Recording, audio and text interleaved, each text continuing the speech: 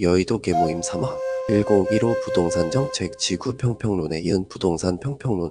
네, 안녕하세요. 네, 오늘도 10월 16일 또 여의도 개모임이 어떻게 안 망하고 다시 시작이 됐습니다. 반갑습니다. 네, 안녕하세요. 김계주입니다. 김기준님 안녕하세요. 잘 지내셨나요? 잘 지내고. 네. 근데 뭐 제가 이제 민주당 비판하는 입장으로서 어제 굉장히 이제 민주당에 이제 삽질을 많이 해가지고 참 이게 좋다고 해야 될지 싫어해야 될지 참 이제 미묘한 감정입니다, 지금. 시간이 많이 지난 것도 아니고 네. 저희가 바로 이틀 전에 녹음을 했잖아요. 그때만 해도 물론 그때도 이상한 짓들을 많이 하고 있었긴 했지만 이렇게 극적으로 또 이상한데 여기는 왜 이렇게 새로운 시도도 아니지 이상한 선택들을 많이 하는 걸까요? 그러니까 어제 부동산 네. 규제 정책이 굉장히 강력하게 발표가 됐는데 네. 일단 이거 얘기하기 전에 이제 먼저 얘기를 하면 제가 저번에 이제 내년 지방선거 전망을 하면서 네. 대구 경북 빼고는 이제 민주당이 다 될 것 같다 그렇게 얘기를 맞아요. 했잖아요. 그렇게 근데 말씀하셨죠. 일단 그 말을 철회해야 돼. 네. 네. 일단 서울도 이제 해볼만 해줬고,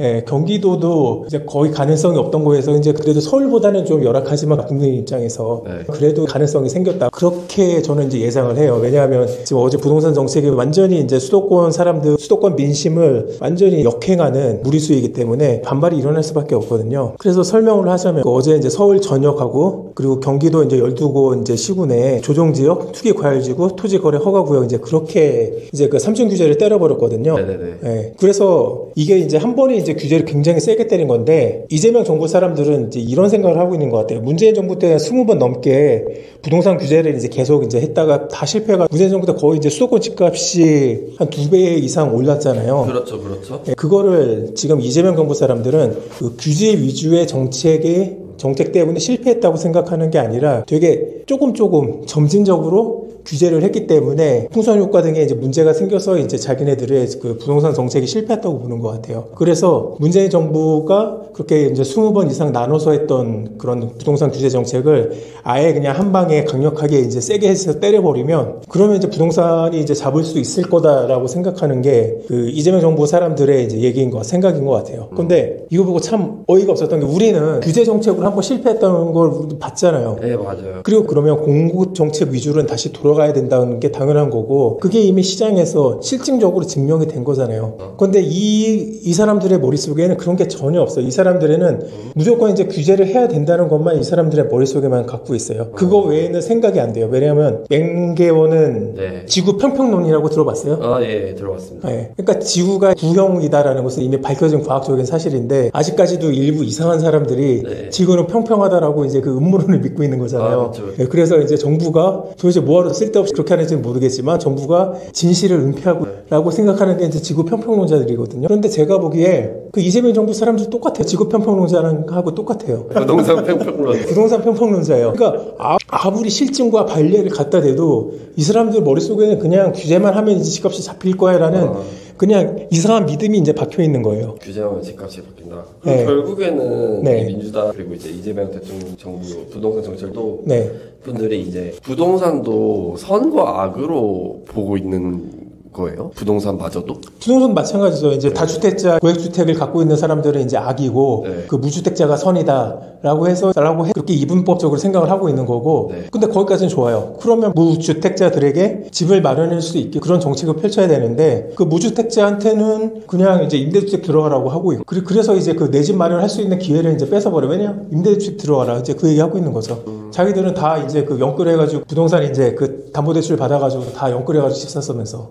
네. 맞아요. 알서울에서도 알찬 지역들이 많잖아요. 알짜배기 부동산을 다 본인들은 일단 가지고 있으면서 너희들은 이제 이게 진짜 우리가 흔히들 말하는 약간 네. 사다리 걷어차기 아닌가요? 맞아요. 사다리 걷어차기예요. 그래서 제가 구체적으로 설명을 하자면 네. 원래 문재인 정부 때 네. 그러니까 부동산 규제가 먼저 시작이 됐었잖아요. 그때 이제 어떻게 했었냐면 그 처음에 문재인 정부에서 이제 아파트 거래 허가제로 네. 그 구역을 굉장히 좁게 했었어요. 그때 잠실하고 삼성하고 대치하고 청담 그렇게 4개 동을 아파트 거래 허가 지역으로 지정을 했거든요. 그래서 어떻게 됐냐면 그 지역은 그렇게 상승하지 않았어요. 왜냐? 잠실을 못 사니까 이제 그 신천동에서 사면 되고, 청담동을 못 사니까 반포를 사고, 대치동을 못 사니까 도곡동을 사가지고 오히려 그렇게 풍선 효과로 더 올라갔거든요. 예. 그래서 대체제가 있으면 대체제로 이제 수요가 올라가니까 이제 다른 데가 올라갔다 하는데, 그런데 지금 이재명 정부는 그래 풍선 효과가 있었으니까 그러면 아예 싹 다 잡아버리면 되겠다라고 해서 이렇게 잡잖아요. 그런데 어차피 이렇게 돼버리면 사람들이 대체제가 없어진 거잖아요. 그런데 그렇다고 해서 그 강남 아파트 사고 싶은 사람들이 저기 이제 경기도 외곽에 있는 아파트 살려고 할까요? 아니요. 안 사죠. 어차피 이제 서울 전체가 규제 구역으로 묶였으니까 네. 어차피 이제 강남 아파트를 사겠다고 생각할 수밖에 없어요. 대신에 규제 구역으로 묶였으니까 어차피 이제 살려는 수요는 그대로인데 이제 가격만 더 올라가는 거죠. 그래서 이게 문제가 되고, 그리고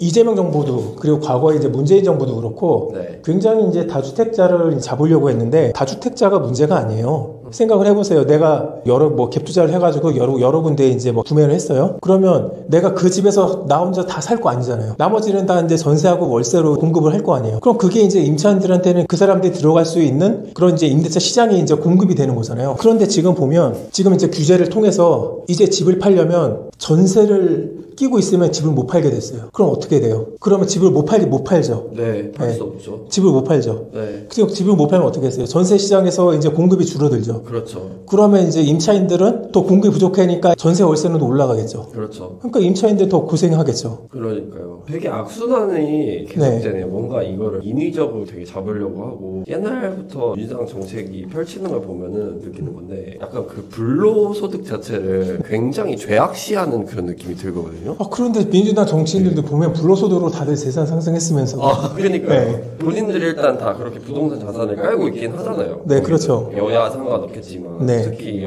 지금 여당도 그렇게 하고 있으면서, 왜 그렇게 특히 서민들, 국민들이 이렇게 하는 거에 대해서 실질적으로, 그리고 그렇게 전월세가 값이 올라가면 그런 본인들이 자가 주택 보유자보다 무주택자들이 더 피해를 많이 보는 거 아니에요? 그렇죠. 정말로? 무주택자들이 더 피해를 볼 수밖에 없는 게, 네. 그러니까 무주택자 입장에서는 일단은 저렴한 전세나 월세를 통해 가지고 일단 이제 자본금을 모아야 될 거 아니에요. 그렇죠. 그리고 그 자본금을 모은 상태에서, 그리고 이제 집값이 좀 싸야, 그래도 좀 공급이 많아야 좀 집을 좀 살 수 있을 거 아니에요. 그리고 바로 지금 요즘 이제 대출 안 끼고 집 사는 사람이 어디 있어요? 그렇죠. 다 주담대 들고 이제 담보대출 끼고 사잖아요. 그렇게 해가지고 사람들이 자기 이제 자본이 없는 상태에서 그렇게 해서 이제 종잣돈을 모아가지고 대출 껴가지고 집을 사고, 그를 통해가지고 이제 이제 그 대출 갚아가면서 온전히 아파트를 자기 자산으로 마련하게 되고, 그래서 자산이 증식하고, 그래서 이제 재산이 이제 늘어나는 게, 그게 당연히 자본주의 사회에서 국민들의, 그리고 무주택자들에게 그 자산을 형성할 수 있는 건전한 시스템이에요. 그렇죠. 근데 그 건전한 시스템을 이재명 정부나 그 이전에 문재인 정부는 되게 그릇됐다고 보고 그거를 없애버리려고 해요. 왜냐하면 그 사람들의 생각 속에서는 일단 가진 자, 그 다주택자, 그리고 고액주택을 가진 사람들을 처벌하는 게 우선 이제 그 밑에 있는 이제 그 일반 서민들이 집을 구하는 거는 이제 일단 부차적인 목표예요. 그래서 일단 가진 자부터 때려잡고, 그 다음에 이제 대책을 마련하려다 보니까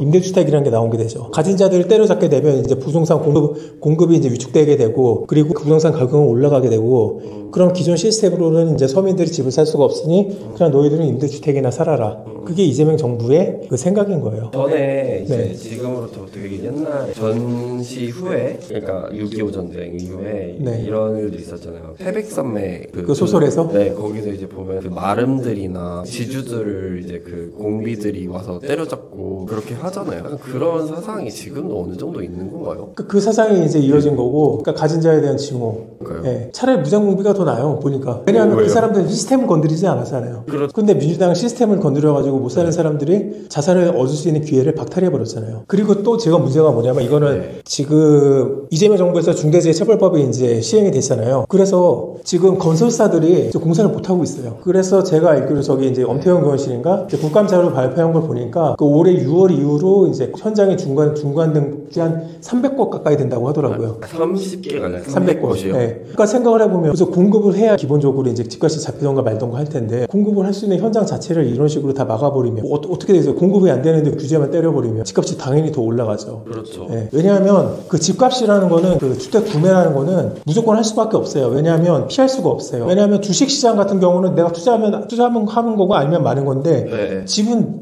내가 살아야 될 거 아니에요. 가족하고 내가 살아야 되고, 네. 그 살아야 되는 곳이 아무데나 지역에다 사는 곳이 아니라 내 직장하고 가까워야 되고 그게 아니라면 교통이라도 좋아야 되고 근데 그런 경우는 가격이 비싸잖아요. 네. 그럼 가격 비싼 데를 들어가려면 아까도 얘기했듯이 여기 이제 대주기구 들어가는 수밖에 없는데 그런 거를 다 막아버리면 그 사람들이 기본적으로 자기 생활에 있어서 좋은 주택을 구매하고 좀 이제 웰빙의 삶을 살려는 게 그게 다 이제 사람들의 기본적인 요구인데 그걸 다 무시하고 역행하는 게 바로 민주당의 정책인 거죠. 아니 근데 정책들이 항상 보면은 네. 여기 이제 기업들한테 투자 많이 하라고 하고 이번에 특히 한미 관세 협상하면서도 네. 나중에 그런 경제인들이랑 모아서 되게 열심히 투자하라고 막 이렇게 앞에서는 그렇게 하고 뒤에서는 노란봉투법 통과시키고 네. 상법 개정을 했잖아요. 네. 근데 지금 부동산도 마찬가지로 우리 민주당은 서민들 너무 생각한다 이렇게 하면서 실질적으로 지금 서울 전 지역 다 하고 네. 경기도 몇 개 다 했잖아요. 여기는 왜 앞에서는 이렇게 좋게 하세요라고 해놓고 실질적인 제도나 이런 법안들은 이런 식으로 해버리나요? 아까 내가 얘기했듯이 이제 이 사람들은 다 지구 평평론이에요. 그러니까 뭐가 됐든 일단 규제를 때려버려야 그래야 이제 이 세상이 올바르게 돌아간다고 생각을 해요. 그 사람들의 욕망을 인정하고 네. 그 욕망이 이제 돌아가는 상황 속에서 이제 이상적인 이제 그 자원 배분이 일어난다는 것을 네. 이 사람들은 이제 알지도 못하고 네. 설명해줘도 인정을 안 해요. 욕망 자체를 그냥 나쁜 것으로 그냥 생각을 하네요. 욕망 자체를 나쁜 거로 생각을 하는데 네. 그 본인들 욕망은 잘 충족하죠. 그러니까 본인들은 일단 네. 다 자식들 유학 네, 반미운동 하는데 네. 이제 미국 유학 보내고 부동산 규제하는데 자기들은 다 이미 다 영끌해가지고 다 하나씩 이상 한 몫씩 다 잡았고. 그러니까 전에 그 청와대 그 문재인 정부 때 김수현 그 실장인가? 네네. 그분도 과천인가 사는데 역을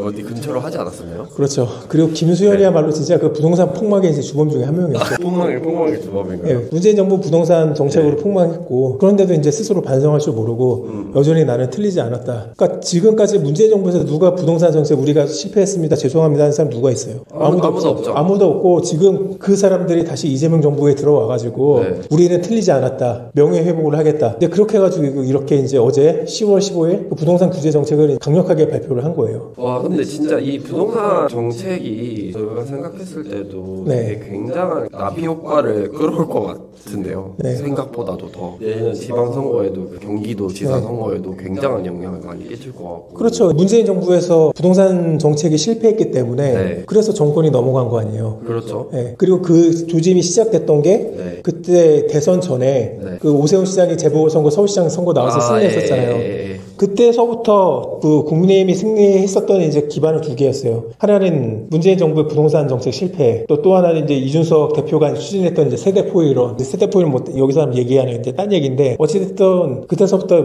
문재인 정부의 부동산 정책 실패가 그 정권 교체를 하는데 이제 가장 큰 원인 중에 하나였거든요. 그렇죠. 그래서 민주당 내부에서도 자신들이 부동산 정책 실패해가지고 정권 뺏겼다라고 생각을 하고 있어요. 실제로 그렇게 생각을 하고 있는데 그러면은 규제 중심의 대책에서 공급 중심으로 바꿔야 되는데 네. 말만 그렇게 하고 실제 정책은 이제 규제를 이제 문재인 정부보다도 훨씬 더 심한 규제로 때려잡으려고 하니까 이게 어안이 봉봉한 거죠. 왜냐하면 이재명 대통령도 대선 때 나와가지고 부동산 관련해서 규제로 하지 않고 저기 이제 공급 중심으로 이제 해소하겠습니다라고 이제 그런 식으로 얘기했었거든요. 근데 공약하고 이게 정 반대로 가는. 그리고 네. 이렇게 해가지고 또 문제가 뭐냐면 이재명 정부에서는 이제 그 재개발도 막고 있거든요. 그리고 재개발을 막으면서 또 재개발을 하더라도 조건을 되게 많이 걸어요.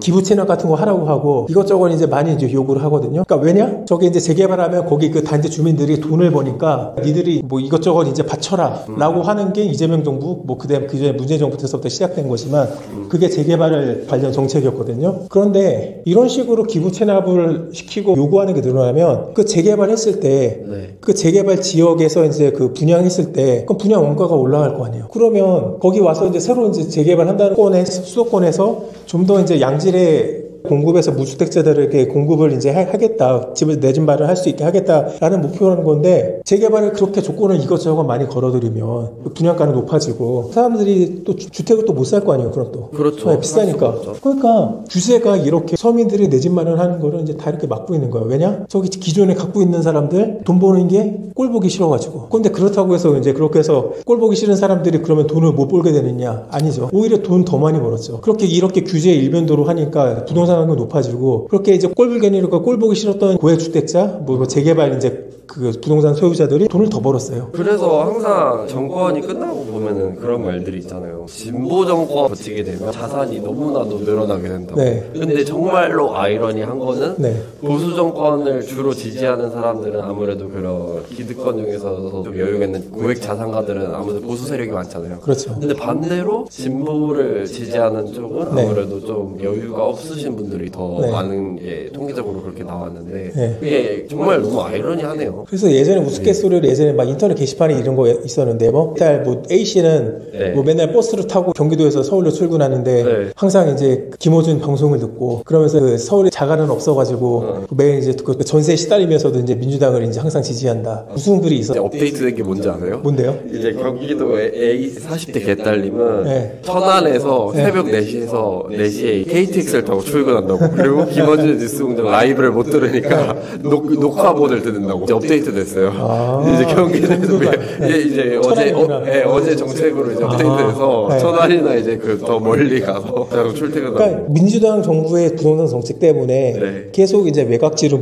밀려나잖아요. 그런데도 민주당 정부를 지지한다는 게 나는 솔직히 이해가 안 가요. 물론 이제 네. 어제처럼 이제 빡센 규제가 발표됐으니까 그 연성 민주당 지지층들이 이제 많이 돌아설 거예요. 그리고 그렇죠. 중도층도 많이 국민의힘으로 돌아설 거고요. 아니 이거는 진짜로 근데 실질적으로 네. 영향이 굉장히 예를 들면 네. 저는 지금 혼자서 서울에서 살고 있거든요. 네. 근데 저는 자가를 살 능력이 안 되니까 월세랑 전세를 찾아봤는데 네. 전세는 일단 어려워요. 왜냐면 그냥 진짜 방 한 칸 조금만한 것만 해도 네. 최소 일단 1억 단위는 무조건 그렇죠. 들어가고요. 네. 그다음에 이제 사람이 살려고 하는 데를 이제 월세를 찾으려고 하면 최소 서울권에서 살려면 외곽 지역이어도 네. 최소 6, 70은 6, 70도 좋은 방이 아니에요. 절대 좋은 방이 아닌데 근데 이제 이런 영향으로 가면 집 보유자는 그러니까 임대인 입장에서는 월세랑 전세를 내릴 이유가 전혀 없는 거잖아요. 그렇죠. 수요는 폭발이니까. 네. 그럼 진짜 이제 사회 초년생이라든지 그런 신혼부부들은 네. 진짜로 이제 서울에서 살기가 점점 더 어려워지는 거예요. 그렇죠. 서울에서 살기 힘들죠. 그냥 뭐 총각대야 어찌됐든 이제 뭐 고시원 들어와서 살 수 있다고 하겠지만 그렇죠. 결혼하면 어떻게 그렇게 살아요? 네. 그렇죠. 그럼 이제 결혼도 못 하는 거예요. 아 진짜로 그런 말들이 있잖아요. 동물 같은 경우에도 네. 자기 보금자리가 네. 잘 안 돼 있으면 새끼를 안 낳는다고. 그러니까 결국 사람도 이렇게 자기의 그런 보금자리가 없으니까 결혼을 하고 이렇게 하기 어려운 게 근데 또 이러면서 항상 이 시대에 약간 어른들이 이런 말들을 하잖아요. 요새 젊은 친구들이 열정이 없어서 막 그런 연애도 안 하고 결혼도 안 하고 출산도 안 한다고. 근데 이런 약간 사회적인 환경 자체가 다 틀어막는데 아까도 제가 말씀드렸죠. 아니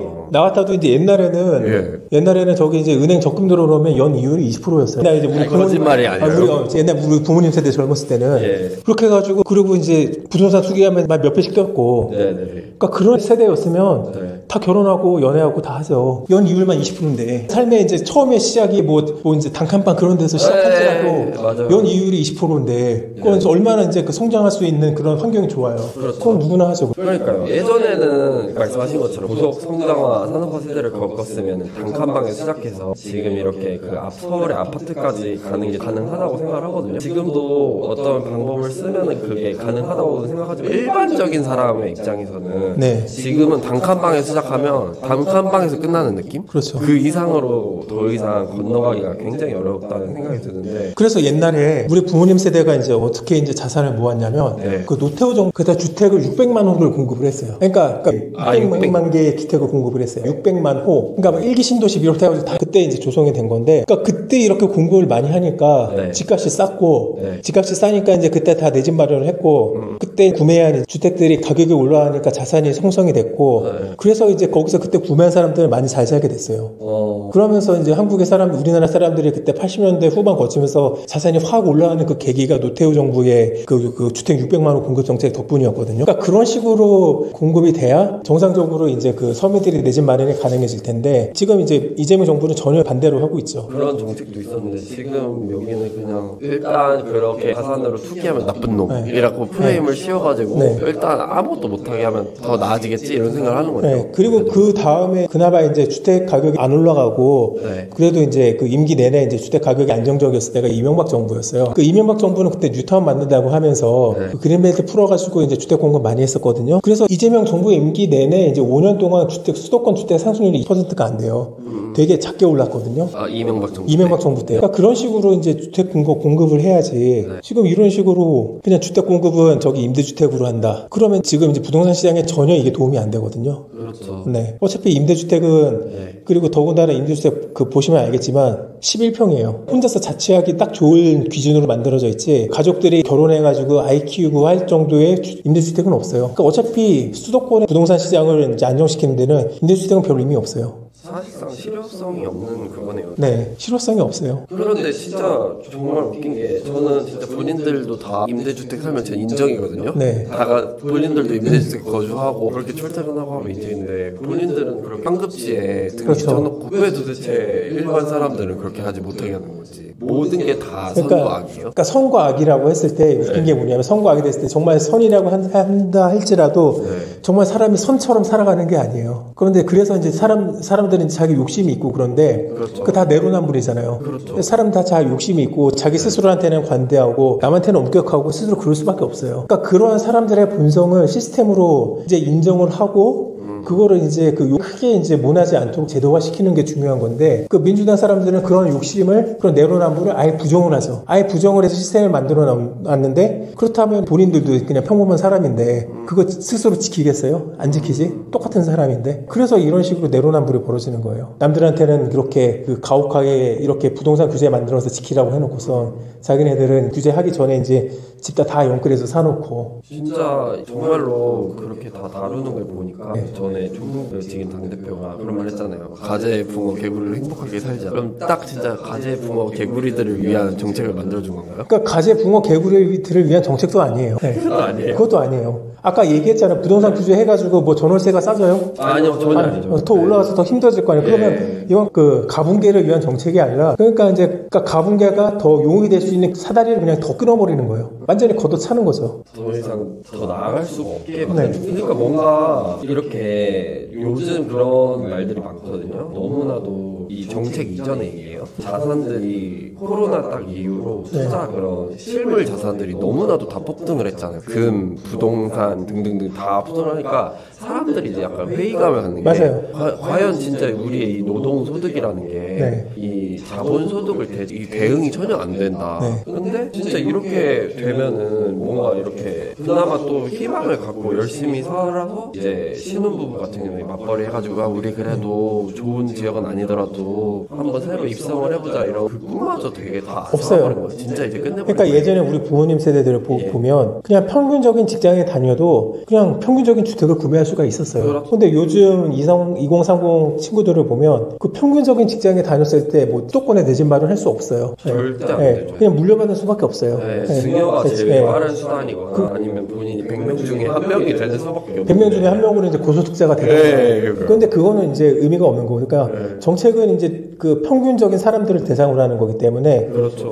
그래서 문제가 많은 거고, 그래서 제가 예전에 이런 말을 이제 인터넷에서 그 게시판 같은 데서 본 적이 있어요. 막 코인 투자를 이제 장려하면서 어차피 인생은 한강뷰 아니면 한강물이다. 그래서 막 주식 투자 실패하고 막 그런 거 누가 글 올리면 사람들이 막 여기 한강물은 따뜻하냐고 그렇게 댓글 달고 그러잖아요. 그러니까 사람들이 이제 그 젊은 청년들이 이제 그냥 그런 식으로 굉장히 이제 위험한 투자죠. 그 손실 가능성이 굉장히 높은 투자를 하는 게 아닌 이상에는 자산을 증식할 기회가 없는 거예요. 맞아요. 그래서 요즘 이제 젊은 2030 세대들이 주식 투자를 되게 많이 하잖아요. 근데 저는 이게 시대적 반영도 많이 된다고 생각하는 게 요새는 또 미국 주식 투자도 되게 쉽게 돼 있거든요. 맞아요. 토스 그런 플랫폼 아시죠? 거기서도 그냥 바로 살 수가 있어요. 근데 뭐가 인기가 있냐면 레버리지 상품이 그렇게 인기가 많아요. 3배 그러면 F들. 손실도 큰데. 그러니까 이게 일반적인 정상적인 사회였다면 사람들이 일반적인 주식 투자를 할 수 있죠. 뭔가 이렇게 뭐 아니면 한강뷰 아닌 한강물적인 그런 굉장히 이런 도파민이 가득한 강렬한 그런 레버리지 투자를 하게 된 게 뭔가 이렇게 정책적으로도 굉장히 불안하게 요구를 하게끔 아까 말씀드렸잖아요. 100명 중 1명만 가능하다고. 뭔가 되게 이런 비유해서 웃긴데 나라 전체가 오징어 게이머가 되는 거 아닌가. 450 6명이 모여서 한 명이 400 타가잖아요. 그렇죠. 구조 자체가 되게 오징어 게임화 돼가는 것 같아요. 네. 그리고 주식시장 하니까 또 갑자기 이제 생각나는데 이번에 부동산 규제하면서 아까 기사 보니까 뭐 청와대 이제 대통령 시장이 이렇게 얘기했다고 봐요. 부동산 시장에서 돈이 부동산 시장이 아니라 주식시장으로 가려고 이제 이렇게 규제를 한 이유도 있다라고 얘기를 했는데 아까 얘기했다시피 지금 국장에 투자하는 사람 누가 있어요? 그렇죠. 네, 주식 투자하려면 다 지금 이제 미국 가서 하지. 그러니까 이게 다 미국 만약에 이제 부동산에서 이제 돈이 빠진다 할지라도 그게 우리나라 주식시장으로 가는 게 아니라 해외 주식시장으로 가요. 맞아요. 네. 근데 그러면 우리나라 발전하는데 뭐 무슨 의미가 있어요, 그게? 그렇죠. 의미가 없죠. 그리고 지금은 25년 들어서 이재명 정부가 주식시장의 분위기가 되게 좋아지는 게 사실이거든요. 네. 근데 21년, 22년, 23년 이때 한국 주식장이 굉장히 분위기가 안 좋았어요. 그래서 이런 말이 있었는데 이제 국장 탈충 지금. 네, 국장탈출 네. 지금. 그래서 결국 이제 한국 개미들 다 깨달아 버리고 다 미국 주식으로 건너갔잖아요. 왜냐하면 미국 주식은 장기적으로 봤을 때 계속 우상향이에요. 그렇죠. 네. 근데 한국 주식은 워낙 널뛰기를 많이 하면서 상승을 못 해요. 그래서 개별 주식 같은 경우는 이제 몇몇 회사가 계속 우상향하는 경우도 있지만 그 주가 자체로만 보면 우상향하는 주가가 아니거든요. 그러니까 10년, 20년, 30년 동안 계속 이게 그냥 제자리에 머물러 있어요. 그래서 이제 국장에 투자하는 거는 그 문제가 많아요. 그러니까 뭔가 한국 그 기업의 주주가 되는 것은 네. 굉장히 리스키한 일이 많은 것 같아요. 뭔가 그 주가 자체를 네. 그렇게 올리면은 항상 이러면서 느끼는 건데 그런 주식을 많이 보유하는 대주주들 있잖아요. 네. 그 사람들이 엑시트할 생각만 항상 하고 있고 네. 진짜 진심으로 투자하는 개미들 약간 엿먹이는 맞아요. 그런 경우들이 굉장히 많더라고요. 그리고 내가 여기서 네. 팁 하나 알려줄 게 있어요. 어떤 거예요? 주식을 할 때 네. 그 무조건 이제 돈 버는 법이 있는데 지금 정부는 아니지만 예전에 문재인 정부 때 보면 대통령이 뭐 펀드 들었다 막 그런 거 있었잖아요. 아, 예. 뭐 소부장 펀드 들었고 막 그런 게 있었는데 대통령이 사는 것에는 무조건 같이 그거 사면 돼요. 왜냐하면 그 펀드 설계하는 거는 네. 만약 대통령이 들었던 펀드가 수익률이 마이너스 나면 그 증권사가 완전히 이제 정권한테 개박살나는 거예요. 그렇기 때문에 이제 대통령이 어떤 펀드 든다고 하면 그거는 이제 우리나라 증권가의 온갖 선수들이 다 모여가지고 정말 그 최고의 상품과 최고의 설계를 다 해서 상품을 내요. 그래야 대통령이 이제 들어갔을 때 그게 손해 보지 않고 그게 이제 대통령도 수익을 얻었다라고 해야 그래야 기사가 되고 그 사람들이 이제 혹하게 만들 수 있기 때문에. 네네. 그래서 윤석열 정부 때는 그건 없었는데 이재명 정부 때는 이제 하실 수도 있을 거예요. 그래서 이제 그 펀드 만들어 하면 그거는 사세요. 그거는 제가 추천합니다. 네, 확정적으로. 좀 전에 대통령의 리딩이네요. 대통령 그게 진짜 리딩방이에요. 아, 진짜 리딩방이네요. 뭐냐면 저기 다른 정책 같은 경우에는 네. 뭐 금융정책, 외교정책, 산업정책 그런 거는 이재명 정부가 이상한 짓을 하더라도 그렇게 국민들이 그렇게 잘 몰라요. 전문적인 분야이기 때문에 잘 몰라서 이게 좋은 건지 나쁜 건지 그냥 잘 모르는데 부동산 정책 같은 경우에는 사람들이 다 자기가 직접 하고 자기 삶하고 직접적으로 다 연관된 거고 내 자산에 거의 대부분이 들어가는 것들이잖아요. 그렇기 때문에 사람들이 부동산 관련해서는 다 안다고요. 네. 이게 규제 정책을 펼쳤을 때 이게 정말 집값이 올라가는 건지 내려가는 건지 내가 집 사는데 도움이 되는 건지 안 되는 건지 이거는 자기 스스로 내 일이기 때문에 다 알거든요. 그렇기 때문에 부동산 정책은 이재명 정부가 아무리 이거를 뭐 이제 포장하고 어찌저쩌고 이제 막 좋은 이제 미사일 어그로 다 포장을 해도 어차피 국민들이 다 반발을 할 거예요. 네. 왜냐면 다 자기는 다 아는 건데 이걸 어떻게 다 숨기겠어요. 숨길 방법이 없어요. 숨길 방법. 지방선거를 좀 더 재밌게 하는 거죠. 제 생각에는 네. 민주당이 너무 쉽게 이기면 재미없으니까 모래주머니 차고 그 드래곤볼 이런 거 보면 나오잖아요. 모래주머니 하고 훈련하잖아요. 그런 거 하고 지금 같이 해주려고 그러는 거 같아요. 그러니까 한국 정치는 예전에 얘기했지만 이제 가만히 있으면 이기는데 그러니까 이재명 정부도 가만히 안 있는 거예요. 그리고 참 이게 정치적으로 참 이 사람들이 정무적인 판단도 못 내리는 게 그러니까 부동산 규제 할 거라면 내년에 지방선거 끝나고 하지. 지방선거 앞두고 이렇게 해버리면 이제 수도권 표심은 다 민주당을 떠나게 되죠. 이게 어떻게 보면 저는 그게 되게 오버랩이 되는 게 네. 그 지난번에 저희가 얘기할 때 런종섭이랑 네. 대파 발언 이런 그 의대 정원. 쟁쟁. 네. 그거랑 다른 버전 아니에요? 그러니까 정권이 이제 오만에 빠진 거죠. 내가 옳고 내가 생각하는 게 당연히 해법이고 딴 놈들이 떠드는 건 이제 기득권의 이제 자기 지대 추구인 거고 사익 추구인 거고 그렇게 생각하니까 이제 이렇게 무리수를 두는 거죠. 그러니까 내 의견과 달렸다고 할지라도 그게 틀린 의견이 아닌데 그거를 인정할 줄을 모르고 자기가 고집부리는 대로 그냥 밀고 나가려고 하니까 이 사단이 벌어지는 거예요. 되게 어렵네요. 전에 이제 이건희 회장이 약간 이런 말을 했거든요. 한국 정치는 들어보셨죠? 네, 맞아요. 기억나요. 경제는 이주고 네. 뭐 이제 정치는 사료 뭐 하여튼 그런 거. 뭔가 이제 자신을 할 때 자기 철학이 있고 그런 가치관이 굉장히 중요하잖아요. 네. 그 기준들이 네. 기준점이 중요하고. 근데 뭔가 이 좌표 설정 자체가 네. 그 부동산 평평론처럼 모든 게 이제 그런 식으로 세상을 바라보니까. 그러니까 민주당의 철학과 가치관은 확실해요. 어떤 거요? 철학과 가치관은 확실하죠. 그러니까 이렇게 욕을 들어먹고 실패했음에도 계속 부동산 정책, 규제 정책을 밀어붙이는 거죠. 틀리지 않았다. 네. 그러니까 자기 철학이 확실하니까. 아직도 근데 그런데 그 철학이 잘못된 거죠. 제가 민주당을 너무 오해했네요. 철학이 없는 사람들. 철학이 있구나. 네, 철학이 확고한 사람들이에요. 본인 소신대로 하는 거네요. 그렇죠. 소신대로 하는 거죠. 아무리 집값이 오르더라도 우리는 규제할 거야. 그게 민주당이죠. 우리 갈 길을 간다. 우리 갈 길을 간다. 하고 그다음에 이제 다음 얘기를 한번 해볼게요. 지금 저희 국가소득 실장님이 김현진님 계시잖아요. 그렇죠.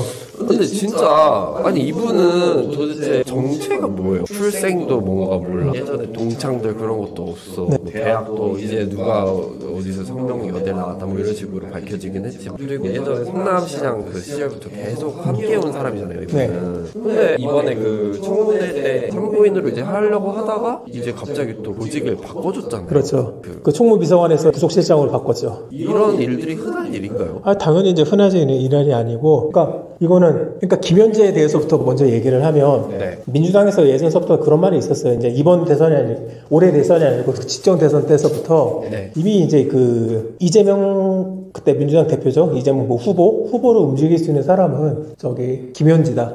그리고 또 한 명이 있다면 정성호다. 그렇게 이제 두 명이 꼽혔거든요. 그래서 김현지 실장이죠. 김현지 시장 같은 경우 굉장히 그 민주당 내부에서도 옛날서부터 이제 힘이 가장 센 사람이다라고 이제 얘기를 해봤었어요. 아니 정치인도 아닌데 왜 네. 가장 힘이 센 사람? 문고리니까요. 그러니까 이재명 대통령의 이제 문고리고 평생을 같이 활동해왔던 사람이고 뭐 이재명 대통령의 이제 이런저런 이제 치부 약점도 다 알고 있는 사람이죠. 물론 이제 운명 공동체이기 때문에 그거를 이 사람이 공격할 일은 없겠지. 김현지 시장이 공격할 일은 없겠지만 이재명 대통령의 이제 성남시장 하기 전서부터 같이 해왔던 사람들이기 때문에 당연히 힘이 이제 강력할 수밖에 없어요. 권력이라는 거는 물론 이제 선출된 권력은 뭐 거기서 나오는 거긴 하지만 권력자하고 이제 얼마나 가깝느냐 그것도 이제 권력의 이제 지표 중에 하나거든요. 그런데 지금 이재명 대통령하고 가장 가까운 사람이라고 하면 김현지 실장 그리고 김남준 대변인 그 정도일 거예요. 김남준 그분이 원래 실장 하시지 않았나요? 그분이 이제 부속실장 하다가 김현지 실장으로 하다 그쪽 자리를 옮기려다 보니까 대변인으로 이제 다시 이제 온 거죠. 그렇게 된 거고.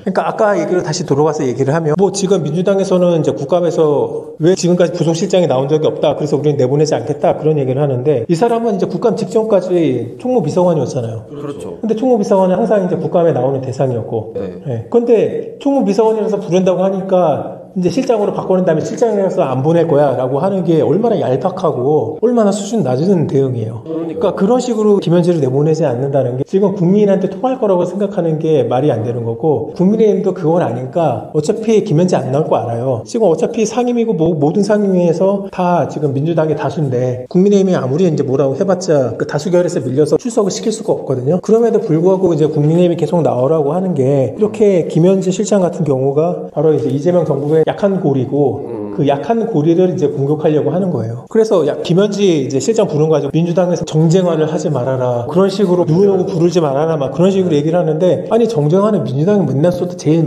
잘하는 거였고 그리고 그러니까 정권 바뀌기 전에 국감에서는 민주당에서 이제 김건희 여사를 부르려고 했었어요. 그러니까 이제 와서 뭐 특검에서 이런저런 혐의가 드러나고 있지만 그건 그런 문제들을 이제 수사를 통해서 밝혀져야 될 거고 어디서 세상에 영부인을 이제 국감에서 부른다는 게 말이 돼요? 말도 안 되는 건데 그렇게 해가지고 이제 국감에 부른다고 한 게 민주당이었는데 그게 정쟁이고 그게 부를 수 없는 사람을 이제 부른다는 건데 그래서 민주당은 자기들이 더 심하게 해놓고서 국민의힘이 하는 거 보고 이제 뭐라고 하는 게 그 정말 어이가 없는 거죠. 그리고 멀리 안 가더라도 10년 전에 박근혜 정부 때 네. 최순실이 굉장히 문제가 됐잖아요. 네. 최순실을 비롯해서 그 각종 관련 문고리 3인방부터 그런 논란들이 많았었잖아요. 네. 도대체 최순실은 왜 욕먹은 거예요? 이렇게 김현지를 비호해주는 게 그러니까 이제 와서 보면 네. 박근혜 대통령 되게 억울했어요. 그러니까 그 탄핵된 것도 이제 최순실하고 이제 경제 공동체였고 네. 최순실이 뇌물을 받았기 때문에 박근혜 대통령도 받은 거다라는 취지로 해가지고 이제 유죄가 떨어진 거였거든요. 네. 근데 그렇게 경제 공동체라는 게 되게 이제 귀에 걸면 귀걸이고 코에 걸면 코걸이인 것처럼 누구한테나 다 뒤집어 씌울 수가 있는 거예요. 그 경제 공동체라는 거는. 네. 그런데 그거를 이제 억지로 이제 탄핵의 사유로 이제 밀어붙인 게 그 당시에 무리수였던 거고. 그런데 김현지 같은 경우에는 보면 여기 이제 그 아파트도 가지고 있고, 그러니까 그 사람의 월급으로서는 이제 도대체 어떻게 이렇게 재산을 형성했을까라는 의문이 들 정도로 재산이 많은데, 그러니까 그거에 대해서 이제 풀 수가 없어요. 지금 인사혁신처에서도 이제 이번에 국감에서 그 김현지 실장이 저기 보좌관인데 등록된 재산에 대해서 자세하게 그 자료를 공개하라고 했는데, 인사혁신처에서도 그거 답변을 거부했어요. 4급 보좌관은 공개 대상이 아니다라는 이유를 했는데, 아니 그런 식으로 공개 대상이 아닌 게 세상에 어디 있어요. 뭐 국감에서 이제 의원들이 하면 다 어지간한 거 다 공개를 하거든요. 아, 그렇죠. 네, 그 못할 정도로 이제 문제가 되는 거라면, 보통 이제 국감에서 이제 공개하지 못하는 거라 하면 의원들이 열람할 수 있게 해줘요. 그런 식으로. 왜냐하면 이제 그 국회의원들은 이제 국민이 대신 해가지고 행정부를 감시를 하고 뭐 다른 부처를 이제 감시하는 그런 권한이 있는 사람들이기 때문에, 그 국회의원들은 이제 그 폭넓게 다 볼 수 있는 다 권한이 있는 거거든요. 근데 그걸 단순히 사급 보좌관은 공개 대상이 아니라는 이유로 거절한다는 거는 이재명 정부에서 굉장히 궁색한 변명인 거고, 그거는 이제 말이 안 되는 거예요. 반대로 따지면 이제 이재명 정부도 야당인데 항상 이제 정보 공개하라고 맨날 난리를 쳤었거든요. 이제 근데 본인들이 해야 될 입장이 되니까. 그러니까 안 하는 거죠. 이제 왜 정보 공개 왜 하냐. 온갖 핑계를 대니까 네. 해야 할 이유가 없다. 이렇게 계속 그냥 그렇죠. 정치가 아무것도 하지 않고. 진짜 이렇게 뭔가 감춘다고 지금 묻혀질까요? 사람들은 더 궁금증이 더 많이 올라오지 않을까요? 그걸 다 알고 있어요. 민주당도 알고 있어요. 민주당도 알고 있는데, 네. 그렇다 할지라도 김현지를 숨겨야 되는 거예요. 왜냐면 이제 김현지가 국힘에서 김현지에 대해서 이제 존엄이라고 부르잖아요. 김현지가 존엄이라고 하는 것을 지금 민주당 스스로 증명해주고 있잖아요. 김현지가 뭐라고 이렇게 뭐 국감도 못 나오게 하고 다 실드 쳐주고 이렇게 해준 사람이 세상에 어딨어요. 네. 일개 그냥 이제 총무 비서관이었다가 부속실장 된 사람이라면 누가 이렇게 실드를 쳐주겠어요.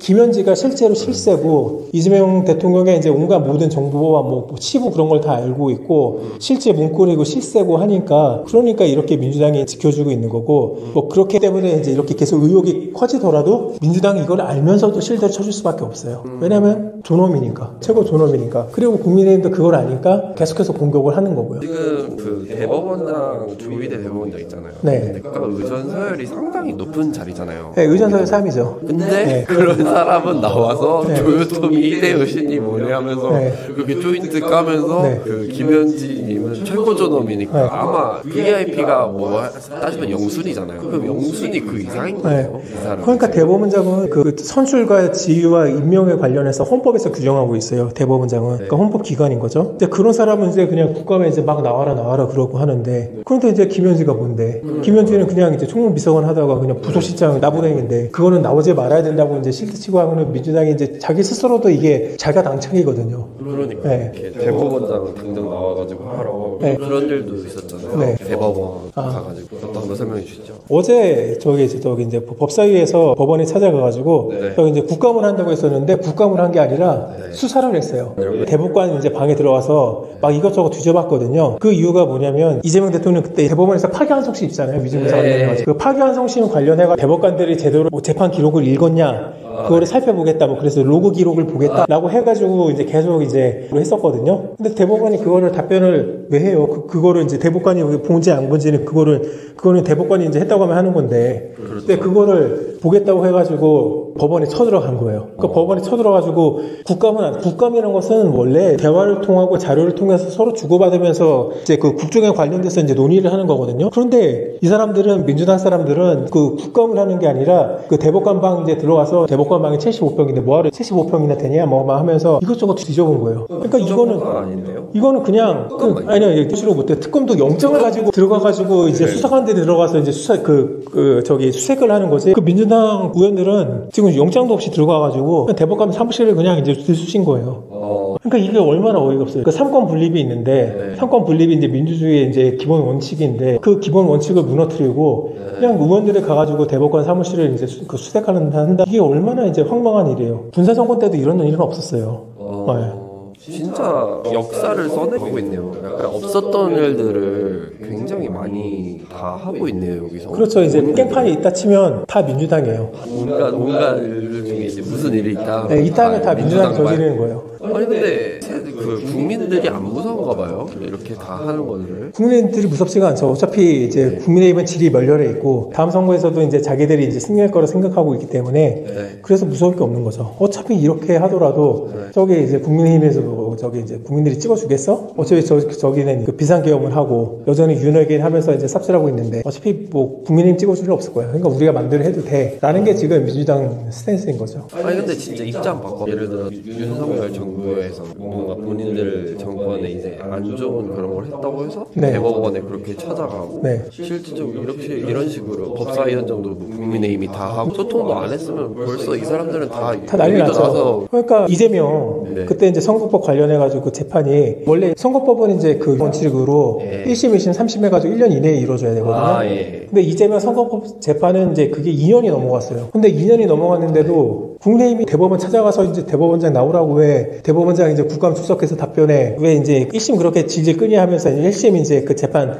그 판사 사무실 가서 뒤지고 그런 거 안 했잖아요. 그렇죠. 네. 근데 민주당은 하는 거예요. 본인들이 이제 이게 안 맞췄다고. 네. 그리고 이제 민주당이 이제 그 계속 대법원 이제 공격하면서 하는 논리가 뭐냐면 무슨 뭐 이틀 만에 이제 그렇게 빨리 이제 그 재판에서 결과를 이제 파기환송을 했는데 파기 재판을 했는데 그 수사 기록만 2만 쪽이 넘어가는데 어떻게 일이 다 보냐 그런 식으로 맨날 얘기하잖아요. 근데 대법원은 사실심이 아니에요. 3심은. 그러니까 1심하고 2심은 사실심이거든요. 이 사건의 실체에 대해서 증거 자료서부터 이것저것 다 살펴보고 다 들여다보고 서로 상대방의 이제 피고와 원고의 주장에 이상한 점은 없는지 증인의 문제는 없는지 다 일일이 다 살펴보고 하는 게 1심하고 2심이에요. 그게 사실심이에요. 그래서 그 1심하고 2심은 시간이 굉장히 많이 걸려요. 그런데 3심은 사실심이 아니에요. 그 사실관계를 따지는 심이 아니에요. 그거는 법률심이라고 해가지고 그 2심까지 해서 나온 이제 그 재판의 결과가 법률에 어긋나는 것은 없는지 어긋나는 것이 있다면 이게 어떤 곳에서 어긋나는 건지 그렇다면 이제 대법원에서 어떤 식으로 이제 2심 판결에서 기존 법률에 어긋나거나 이제 그런 게 있으면 뭐라고 얘기할지 그냥 그 법률에 관련해서 이제 판단하는 그게 심판이 바로 이제 3심이거든요. 대법원에서 하는 거. 그러니까 사실심이 아니기 때문에 1심하고 2심보다 훨씬 더 이제 그 재판 기간이 줄어들 수밖에 없어요. 그리고 민주당이 계속 공격하는 게 뭐냐. 이제 그 전원 합의체 합의되기도 전에 왜 받냐?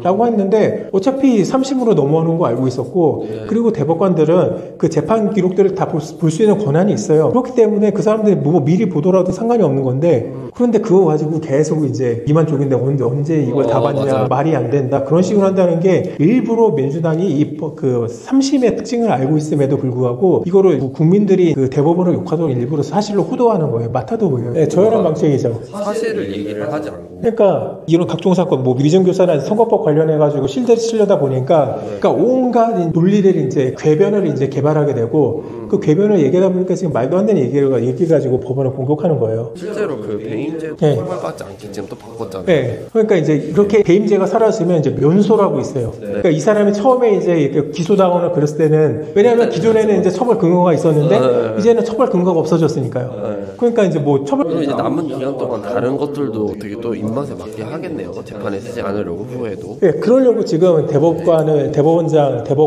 사법부 전체를 다 압박하는 거잖아요. 근데 진짜 이렇게 정말 본인 입맛대로 하면서 본인 것은 대통령 되기 전에 본인 재판들은 실제로 엄청 지연을 시켰잖아요. 네. 불출석하고 등기 송달 안 받고. 근데 지금 이제 되들은 본인들의 입맛에 안 맞는 그런 특검이나 네. 이런 것들은 다 빨리 진행을 시켜야 된다고 하고. 그렇죠. 그러니까 어떻게 이런 웃긴 게 뭐냐면 그 지연된 정의는 정의가 아니란 말이 있잖아요. 네. 그러니까 처벌받을 사람이 처벌 안 받고 시간 질질 끌면 그게 문제잖아요, 당연히. 근데 민주당은 이제 신속한 정의는 정의가 아니라는 거예요. 신속한 정의는 정의가 아니에요. 네. 그러니까 이재명 대통령 관련해가 재판이 이렇게 질질 끈 건 아무런 문제가 안 되고 빨리 좀 끝냈다고 하니까 그거 가지고 문제인 거예요. 네. 그러니까 신속하게 판결을 내린 게 그게 정의롭지 않다는 거예요. 제대로 된 판단이 아니다. 네, 그러니까 그게 말이 안 되는 거죠. 신속하게 판결을 나면 정의가 빨리 이루어진 거기 때문에 당연히 좋아야 돼. 그걸 왜 빨리 했다고 문제를 하는 게 그게 이제 웃기다는 거죠. 진짜 어떻게 말을 해야 될지 진짜 모르겠네요. 여기는 본인들 계속 그렇게 하고 끝까지 하고. 그러니까 이게 점점 이제 이런 민주당의 횡포라는 게 점점 쌓이고 있을 거예요. 국민들의 이제 입장에서 점점 이제 그래도 이제 전 대통령이 비상계엄을 이제 일으켰기 때문에 그래도 이번에 이제 민주당이 해야 되지 않겠냐는 생각에 이재명 후보를 그때 이제 선택을 한 거겠죠. 국민들 상당수는. 그렇죠. 그런데 그럼에도 불구하고 그러면 이재명 대통령 그 정권에 대한 기대가 있을 거 아니에요. 그건 너는 이제 윤석열 전 전 대통령처럼 그런 식으로 막 협치를 무시하고 일방적으로 이제 그 국정 운영하지 않고 이제 그렇게 하기를 바라는 마음이 이제 있을 텐데 그런 국민들의 기대를 민주당이 그냥 계속 이제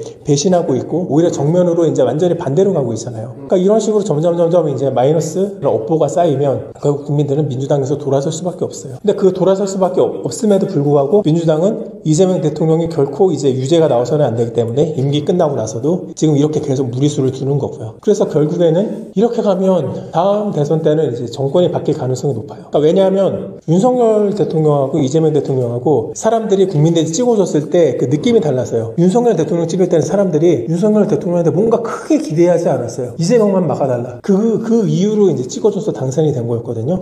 근데 반면에 이재명 대통령 되게 사람들이 기대를 많이 했어요. 이제 성남시장 때도 뭐 이제 잘했고 뭐 경기도지사도 잘했으니까 뭐 그런 경제를 이제 뭐 지역상품권 어쩌고 저쩌고 하면서 그거를 이제 우리나라 경제를 뭐 다 살려줄 거야 하면서 굉장히 이제 자기 능력을 어필하면서 그렇게 당선이 된 사람이거든요. 근데 지금 와서 보면 뭐 별로 이제 능력을 어필하고 그런 건 없잖아요. 그래서 윤석열 대통령 때하고는 달리 그 국민들이 굉장히 이제 기대를 많이 하면서 대통령으로 뽑았기 때문에 이에 기대를 충족시키지 못했을 때에 대한 그런 반감, 그럼 이제 거기서 실망 그런 거는 더 클 거예요. 그리고 이미 어제 부동산 규제를 그 갑자기 발표하는 바람에 이미 상당수 민심은 이미 돌아섰을 거고. 그리고 본인이 애초에 항상 후보 실력 윤능한 프레임 좀 많이 맞아요.